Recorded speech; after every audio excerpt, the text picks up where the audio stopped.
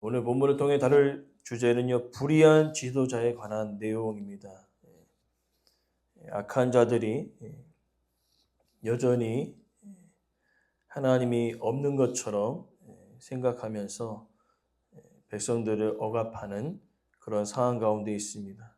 그러나 다윗은 그런 상황 가운데서도 여전히 하나님의 주권을 인정하며 기도하고 있는 것을 볼 수 있습니다. 그러면서 시편의 9절을 보면은 1절부터 5절의 내용이 불의한 지도자들에 대하여 비난을 하고 있고 6절부터 9절의 내용이 정의를 구하며 기도하며 마지막 10절에서 11절은 불의한 자들에 대한 하나님의 심판을 확신하며 기도하고 있는 것을 볼 수 있습니다. 함께 이 내용을 보면서 우리가 불의한 세상 가운데 또한 불의한 지도자들을 어떻게 대해야 하는지를 말씀 통해 함께 나누고자 합니다. 먼저 불의한 지도자들에 향한 비난을 우리가 보면은 통치자들아라고 1절에 시작되어지고 있습니다. 정의를 말해야 되고 또 올바른 판결을 해야 되는데 어찌 잠잠하냐라는 단어를 2번 반복하는 그 이유는 정의를 말하지 않고 올바르게 판결하지 않고 있다는 것을 전제하고 있는 것입니다. 어쩌다 실수로 내가 맞아 올바르게 행동하지 못했구나, 정의를 행하지 못하였구나 라고 생각할 수도 있습니다. 잠깐 실수겠지 라고 생각할 수 있지만 2절부터 3절의 내용을 보니까요, 이미 중심에 악을 행하고 있었다는 것입니다. 그리고 3절에는 모태로부터 멀어졌도다. 거짓을 말하는 도다. 그들의 중심에 어쩌다 실수로가 아니라 그들이 생각하고 있는 모든 것들이 악하다라는 것을 표현하고 있는 것입니다. 이것은 바로 아담의 범죄 이후로 우리는 스스로 하나님을 찾을 수 없는 죄인임을 말해주고 있는 것입니다. 하나님의 은혜가 아니라면 우리는 언제든지 죄를 행할 수밖에 없는 악한 자임을 드러내고 있는 것을 볼 수 있습니다. 그것은 바로 시편의 51편 5절에 다윗의 고백을 들어보면 알 수 있다는 겁니다.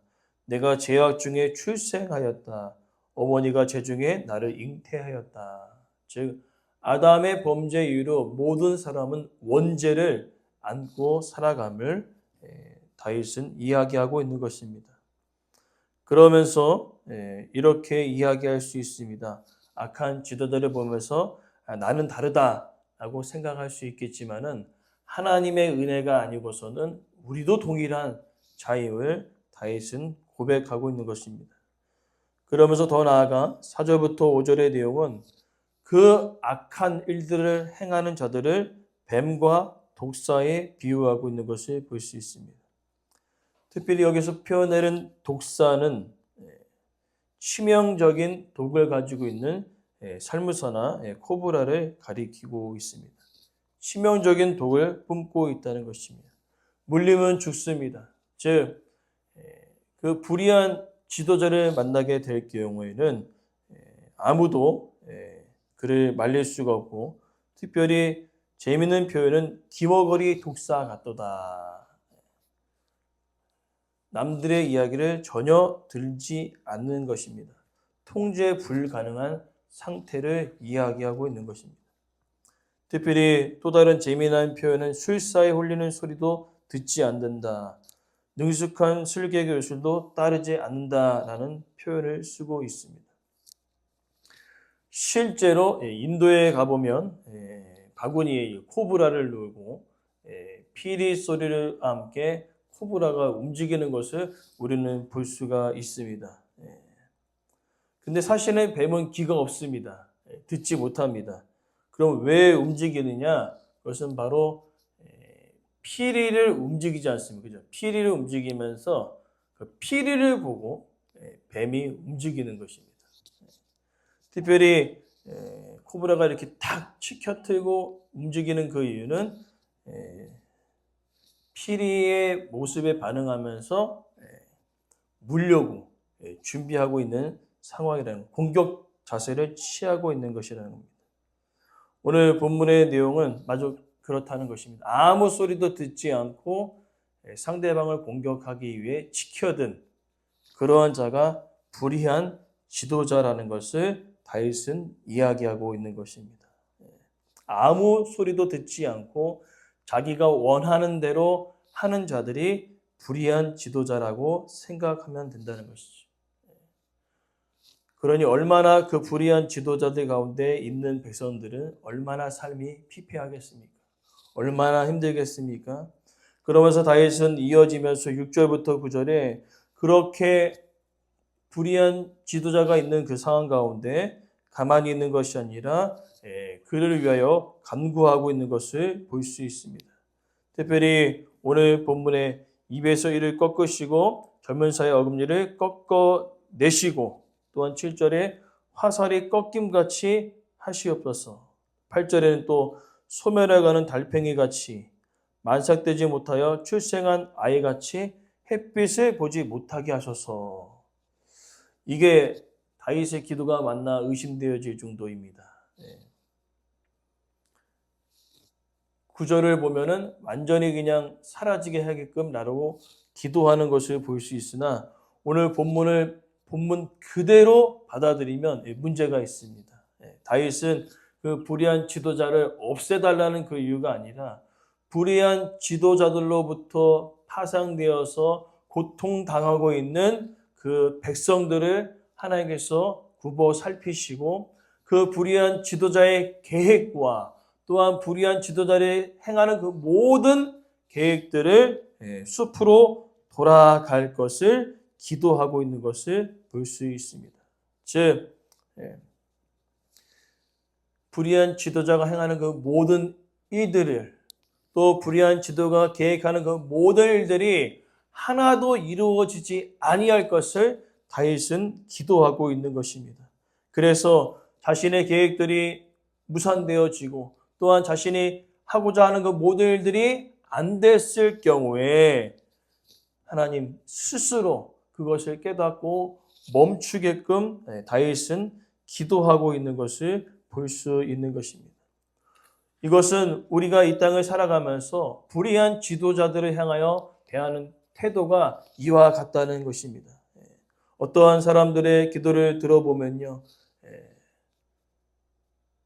지금은 안 그렇지만 예전에는 막 북한 그 지도자들을 향해서 기도할 때 암이 걸리거나 혹이 터져서 막 죽게 해달라고 막 기도하는데 그런 기도는 올바른 기도가 아니라 그 정권 가운데 피해를 입는 그 정권 가운데 여전히 지하 속에서 힘들며 기도하고 있는 그들을 위하여 기도하면서 북한 정권의 체제가 무너지기를 기도해야 된다는 것이죠. 누구가 막 죽어나가고 그러한 기도가 아니라 오늘 다윗의 기도도 마찬가지입니다. 불의한 지도자가 죽게 해달라고 기도하는 것이 아니라 그의 체제와 계획들이 완전히 산산조각나고 무너질 것을 이야기하면서 스스로 그 불의한 지도자가 깨달을 수 있도록 기도하고 있는 것을 볼 수 있는 것입니다. 그렇기 때문에 우리 또한 그렇게 기도해야 된다는 것이죠. 하나님, 악하고 불의한 지도자들이 생겨났다면 주여 그들의 계획과 그들의 모든 일들이 숲으로 돌아가게 하시고 그것으로 인하여서 백성들이 압제당하지 않도록 백성들이 고통 가운데 거하지 않도록 주님 그가 스스로 깨닫게 하여 달라고 오늘 다윗과 같이 우리가 기도할 수 있는 우리의 삶이 되어지길 간절히 소망합니다. 왜냐하면요 모든 주권은 하나님에게 있기 때문이라는 것이죠. 오늘 다윗이 그렇게 기도할 수 있는 그 이유는 바로 모든 만왕의 왕이시고 또 모든 것을 창조하시고 주관자 되신 하나님을 그가 확신하였기 때문에 이렇게 기도할 수 있었다는 것입니다. 그러면서 그렇게 기도함으로 나올 통하여서 이제 10절부터 11절의 내용은요. 악인들의 심판과 의인의 기쁨이 있습니다. 다윗의 시편의 특징은 무엇입니까? 대조를 이룬다는 것입니다. 의인과 악인이요. 그렇다고 다윗 자신이 의인과 악인을 구별하는 것이 아니라 절대적인 선이신 그 하나님께 나아가는 자는 선이고요. 하나님께 등을 돌리고 떠나가는 자는 악인이라는 것입니다. 그러니까 선과 악의 기준이 다윗이 기준이 된 것이 아니라 하나님으로 인하여 기준되었다는 것입니다. 그래서 다윗은 그 하나님의 기준으로 인하여서 하나님의 품을 떠났던 자들을 악인이고 하나님의 품으로 나아가는 자를 의인이라고 표현되고 있습니다. 특별히 오늘 불의한 재판관, 불의한 지도자를 악인이라고 표현되어지고 있는데 오늘 10절에 보니까 의인이 악인의 보복당함을 보고 기뻐함이며 그의 발을 악인의 피에 씻으리로다. 그리고 11절에 이어서 그때 사람의 말이 진실로 의인에게 갚음이 있고 진실로 땅에서 심판하시는 하나님이 계시다 하리로다. 실제로 하나님께서 그 불의한 지도자들의 계획과 그 모든 것들을 숲으로 돌아가게 하시고 이제는 더 나아가 그 모습 가운데 의인이 기뻐함을 누릴 수 있는 그런 일들을 하나님께서 그의 삶 가운데 보여주고 있음을 선포하고 있는 것을 볼 수 있습니다. 즉 다윗의 간구는요. 오늘 특별히 이 58편은 저주의 시입니다. 그렇다고 진짜 막 저주의 시가 아니라 불의한 자들을 향하여서 다윗이 어떻게 표현되어지고 있냐면은 이 저주의 시는요. 개인적인 원한과 안갚음을 위한 기도가 아니라요. 아까 얘기한 대로 불의한 지도자들 가운데 파생되어 억압받고 있는 백성들을 향한 기도라는 것입니다. 그러니까 개인적인 기도가 아니라 나라를 위한 기도라는 것이지요. 오늘 우리가 바로 예수님께서 가르쳐 주신 그 기도를 우리는 생각해야 된다는 것입니다.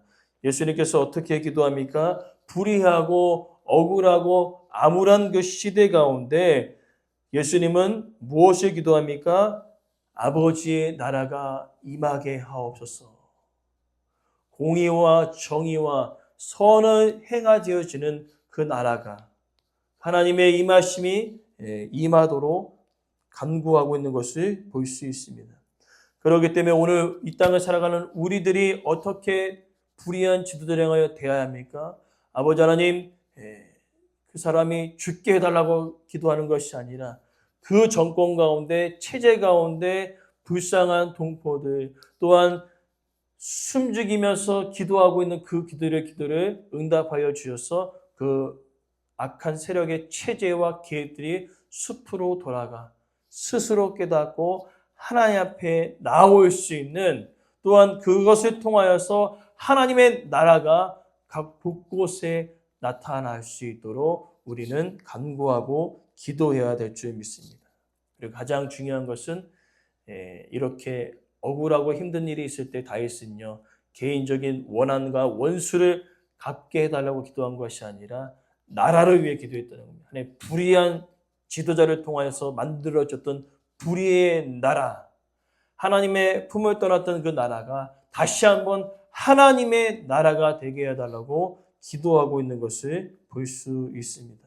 오늘 우리의 기도가 바로 개인적인 그 복수나 원한으로 인한 그 기도가 아니라 그 불의한 지도자들 가운데 억압받고 있는 그 백성들의 아픔을 생각하면서 또한 억울하게 고난당하고 있는 그들의 삶을 보면서 우리는 이렇게 기도해야 될 줄 믿습니다.